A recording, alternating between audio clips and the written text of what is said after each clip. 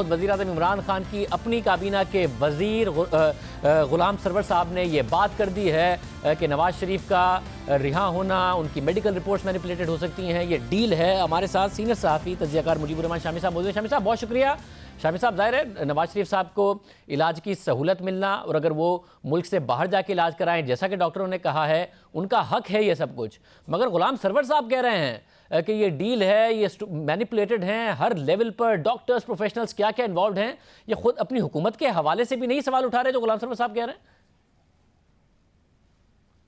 देखिए, पहले तो इमरान खान साहब को खुद अपने वज़ीर की बात का जवाब देना चाहिए या नोटिस लेना चाहिए। वो बार बार कहते रहे हैं कि मैं NRO नहीं दूंगा। तो अगर ये डील है तो गोया उन्होंने एक यू टर्न और ले लिया है और NRO दे दिया है। तो जहाँ तक सरवर खान साहब का ताल्लुक़ है, वो एक यानी अपना एक मशकूक सियासी पस मंज़र रखते हैं।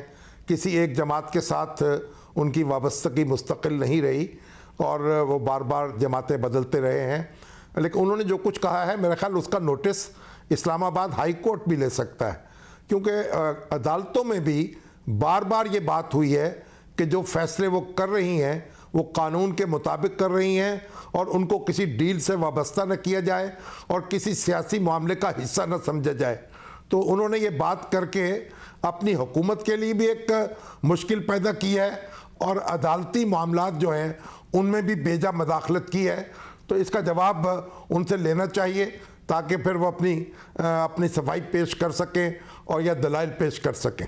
मतलब अब ज़ाहिर है अदालतों के आगे तो मेडिकल रिपोर्ट्स रखी गई जिनके बारे में वो कह रहे हैं कि वो मैनिपुलेटेड हो सकती है। तो एक और सवाल है कि अदालत के आगे क्या मैनिपुलेटेड रिपोर्ट्स रखी गई जो उनका इल्ज़ाम है। आप समझते हैं वज़ीर-ए-आज़म इमरान खान का क्या फ़ायदा है इस सब में? नवाज शरीफ का फ़ायदा समझ में आता है, वो रिहा हो जाए, मुल्क से चले जाए, मरियम नवाज बाहर हो, अगर कोई डील है।